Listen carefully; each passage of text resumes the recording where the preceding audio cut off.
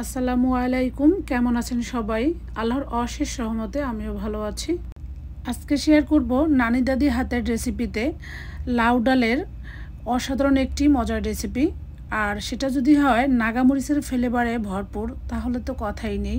এর জন্য এখানে হাফ কাপ মুগ ডাল এবং হাফ কাপ মসুরের ডাল নিয়েছি।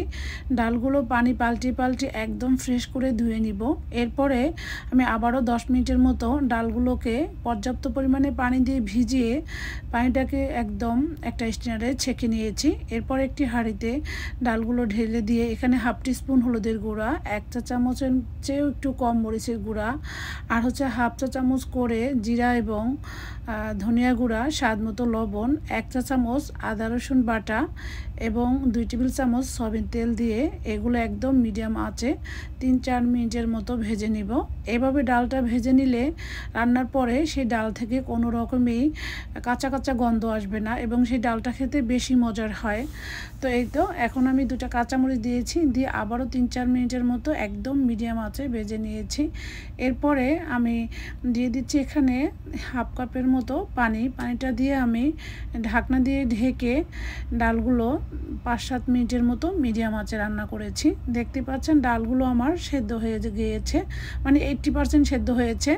তো অনেকের পানির পরিমাণটা আরও বেশি কম লাগতে পারে, কারণ ডাল সেদ্ধ হওয়ার উপরে ডিপেন্ড করে কতটা পানি এখানে লাগবে। তো সেটা বুঝেই পানিটা ব্যবহার করতে হবে। এরপর আগে থেকে একদম কচি একটা লাউয়ের হাফ ছোটো ছোটো টুকরো করে নিয়েছি। সেই লাউটা দিয়ে এখন আমি ডালের সঙ্গে আরও 5-6 মিনিটের মতো কষিয়ে নিয়ে এখানে দিয়েছি একটি টমেটো ছোট ছোট টুকরো করে দিয়ে আবারও ডালের সঙ্গে এবং লাউয়ের সঙ্গে খুব ভালোভাবে মিশিয়ে কষিয়ে নিব। ডালের সঙ্গে সবজিগুলো আমি খুব ভালোভাবে কষিয়ে নিয়েছিলাম।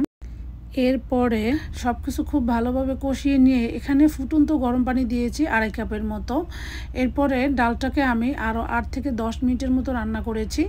এখন খুব সুন্দর একটি ফ্লেভার এবং ঝালের জন্য এখানে দিয়ে দিয়েছি নাগামরিচ। এটা বাংলাদেশ থেকে এনেছি, আমার মা ডিপ ফ্রিজে সংরক্ষণ করে আমাকে দিয়েছে। তো বোমামরিচটা দেওয়ার পরে আবারও আমি অফ ক্যামেরায় 3-4 মিনিটের মতো রান্না করে এখানে দিয়েছি ধনিয়া পাতা কুচি বেশি করে।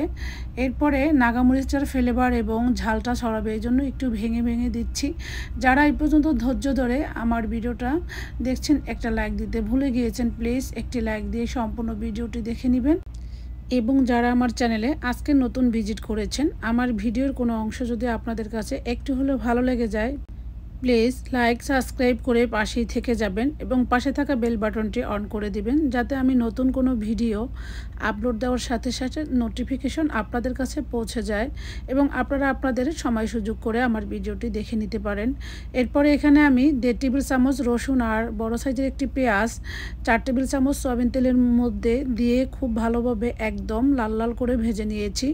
এই বাগারটা দেওয়াতেই এই ডালটা সবচেয়ে বেশি টেস্টি এবং মজার হয়। যে রান্নাগুলো এক সময় শুনলেই নাক ছিটকানো হতো, সেই রান্নাগুলো আজকে আমার কাছে অনেক বেশি মধুর এবং অমৃত লাগে। নাগামরিচের ফ্লেভারে লাউ ডালের এই রেসিপিটা সবার কাছে সাধারণ হলেও আমার কাছে যেন অমৃত।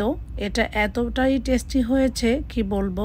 তো আমার আজকের রেসিপি আপনাদের কাছে কেমন লেগেছে অবশ্যই কমেন্ট করে জানাতে ভুলবেন না। তো দেখুন ডালটা আমার কতটা ঘনত্ব হয়েছে। এটা সকালবেলা রুটি পরোটা সব কিছুর সাথে অনেক বেশি যায়। তো আপনারা গরম ভাত বা রুটি পরোটা যার সাথে সার্ভ করবেন না কেন, যাকে এটা তৈরি করে খাওয়াবেন তার থেকে অনেক বেশি প্রশংসিত হবেন। তো আমি গরম গরম সার্ভ করে নিয়েছি। আশা করি আমার রেসিপিটি আপনাদের কাছে অনেক বেশি ভালো লেগেছে। আজকের ভিডিও এই পর্যন্তই। সবাই ততক্ষণে ভালো থাকবেন। আবারও দেখা হবে নতুন কোনো ভিডিওর মাঝে। আসসালামু আলাইকুম, আল্লাহ হাফেজ।